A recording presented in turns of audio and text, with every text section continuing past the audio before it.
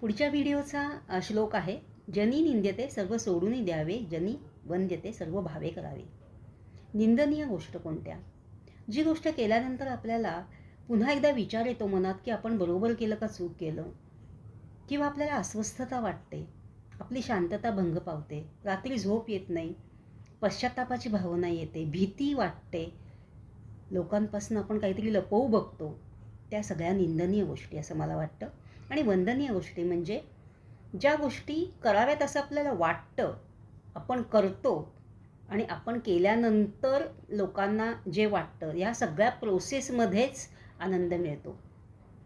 आपण आपला संकल्प ठरवताना आनंद मिळतो, आपण ती कृती करताना आनंद मिळतो, त्यानंतर लोकांना आणि आपल्याला झालेल्या आनंदाचा सुद्धा आनंदच मिळतो.